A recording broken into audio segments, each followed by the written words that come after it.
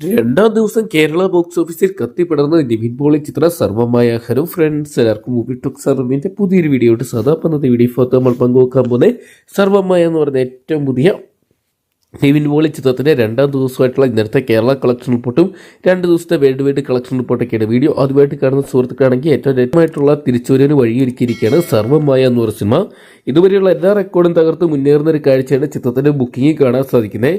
നിവിൻ പോളിയെ കേന്ദ്ര കഥാപാത്രമാക്കി സത്യനന്ദിക്കാടിൻ്റെ മകൻ അഖിൽ സത്യൻ അണിയിച്ചിരിക്കുന്ന ചിത്രമായിരുന്നു സർവമായ എന്ന് പറയുന്ന സിനിമ. പാച്ചു മരിഫുദ വിളക്കിന് ശേഷം അഖിൽ സത്യൻ അണിയിച്ചിരിക്കുന്ന രണ്ടാമത്തെ ചിത്രം കൂടിയാണിത്. ചിത്രം ഇതിനോടൊപ്പം തന്നെ വലിയ വിജയങ്ങൾ തന്നെ സ്വന്തമാക്കുന്നൊരു കാഴ്ചയാണ് കേരള ബോക്സ് ഓഫീസിൽ കാണാൻ സാധിക്കുന്നത്. നിവിൻ പോളിക്കൊപ്പം തന്നെ അജു വർഗീസോടെ എത്തിയപ്പോൾ കോംബോ തിയേറ്ററുകളിൽ വർക്കൗട്ടായിട്ട് മാറുന്ന ഒരു കാഴ്ചയാണ് കാണാൻ സാധിക്കുന്നത്. 2 ദിവസമായിട്ടുള്ള ചിത്രത്തിന് ഇന്നലെ കേരള ബോക്സ് ഓഫീസിൽ 4,18,00,000 രൂപയോളം സ്വന്തമാക്കാൻ സാധിച്ചിട്ടുണ്ട്.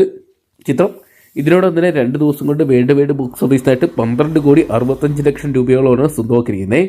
എന്തൊക്കെയാണ് ചിത്രം വരും ദിവസങ്ങൾ ഇതേ കളക്ഷൻ തന്നെ നിലനിർത്തുകയാണെങ്കിൽ അതിവേഗത്തെ 50 കോടി നേടാനും അതോടൊപ്പം തന്നെ നിവിൻ പോളിയുടെ കരിയറിലെ ആദ്യത്തെ 100 കോടി ചിത്രമായിട്ട് മാറാനും ഒരുപക്ഷെ സർവമായ എന്ന് പറയുന്ന സിനിമയ്ക്ക് സാധിക്കുമായിരിക്കും. നിലവിൽ ചിത്രത്തിന് ഹെവി റെസ്പോൺസ്, ഹെവി ബുക്കിംഗ് തന്നെ നമുക്ക് കാണാൻ സാധിക്കുന്നുണ്ട്. ഈ ആഴ്ച റിലീസ് ചെയ്ത ചിത്രങ്ങൾക്കൊന്നും തന്നെ കാര്യമായിട്ടുള്ള ചലനങ്ങൾ സൃഷ്ടിക്കാത്തതുകൊണ്ട് തന്നെ സർവമായ തന്നെ നല്ല രീതിയിൽ ഈ വീക്കെൻഡിലും ഓടുമെന്ന് നമുക്ക് പ്രതീക്ഷിക്കാം. കാത്തിരിക്കാൻ ചിത്രത്തിൻ്റെ വരും ദിവസങ്ങളെ കളക്ഷൻ റിപ്പോർട്ടുകൾ അറിയാൻ വേണ്ടി.